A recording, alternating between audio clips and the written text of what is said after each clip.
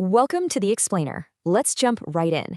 If you've done any geometry at all, right-angled triangles are probably old news to you. But what happens when that trusty right angle just isn't there? You're staring at a completely lopsided, non-right-angled triangle. You need to find a missing side or angle, and, well, where do you even start? Today, we're handing you the ultimate key to unlock these tricky shapes, the sine rule. Real quick, here is our roadmap for today. 1. Meet the sine rule. 2. The rule of opposites. 3. Finding a missing side. 4. Finding a missing angle. And finally, number 5, key points and a little practice. All right, section 1, let's actually meet the formula. It's a beautifully simple equation, really. Lowercase a over sine uppercase A equals b over sine b, which equals c over sine c. Just a quick refresher on trigonometry notation, we use lowercase letters for the lengths of the sides and uppercase letters for the actual angles. Basically, this formula is telling us that the ratio between any side and the sine of its opposite angle is completely locked in. It's constant for the entire triangle. But here's the catch. You can't just throw this rule at any problem. You have to meet one of two very specific conditions to unlock the rest of the shape.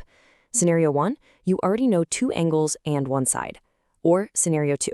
You know two sides plus an angle that's directly opposite one of them. If you've got either of those combos, you are officially in business.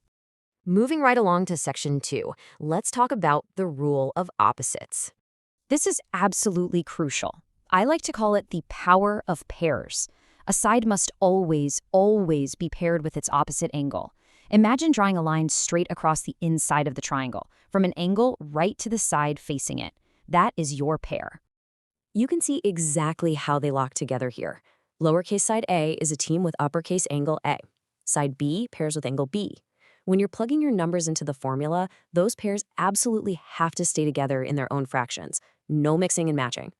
Section 3. Let's put this into practice and find a missing side. Here is our first puzzle.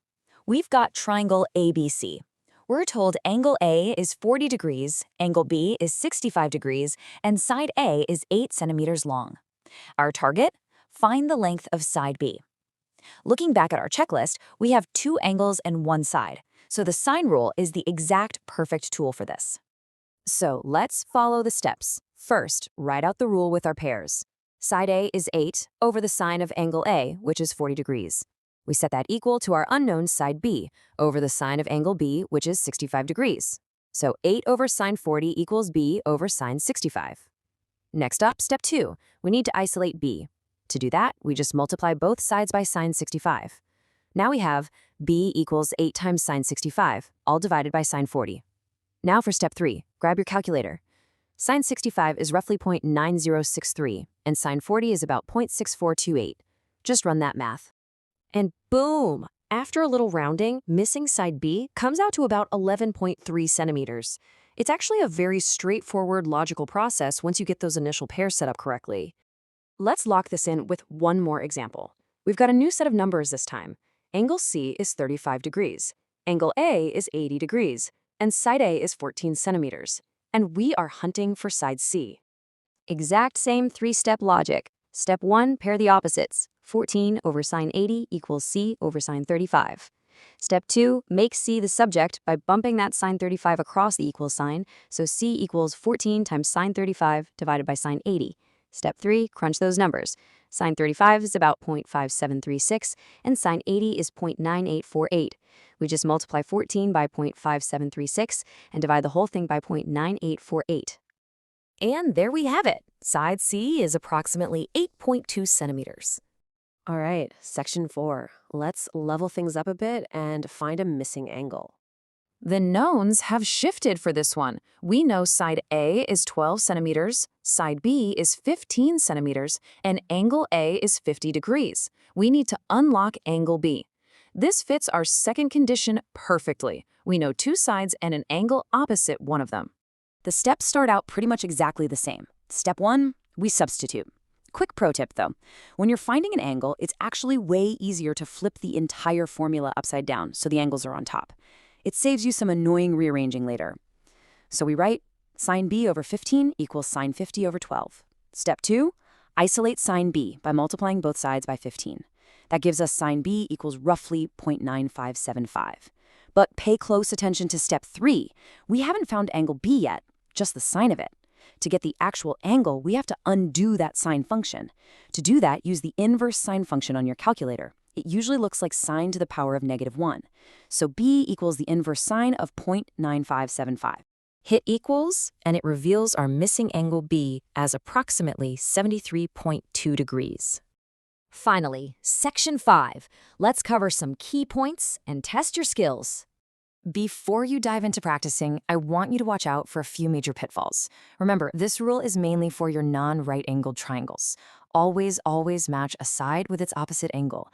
And listen, this is a huge one that catches so many people out. Make sure your calculator is actually in degree mode. If it's in radians, literally all your answers are going to be wrong. And lastly, don't forget that inverse sine function when you're solving for an angle instead of a side. Okay, here are 3 practice questions straight from the source. Number 1 asks for a side, given 2 angles and a side. Number 2 flips to finding an angle, angle Y. And the third asks for side A. I highly encourage you to pause this explainer right now, grab some paper and your calculator, and test yourself on these 3. All right, how did you do? Let's check your work. For question 1, side B is about 14.1 centimeters. Question 2, angle Y is roughly 59.0 degrees.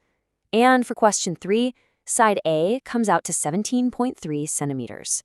If you nailed these, congratulations, you have officially mastered the sine rule. But before we wrap up completely, I want to leave you with one final thought. You've got the sine rule down, but it totally relies on having at least one side an angle pair. What if you're handed a lopsided triangle where you know all 3 sides, but absolutely 0 angles? The rule of opposites just completely breaks down, which means we might just need a totally different mathematical tool for next time. Keep exploring, keep questioning, and I'll see you on the next explainer.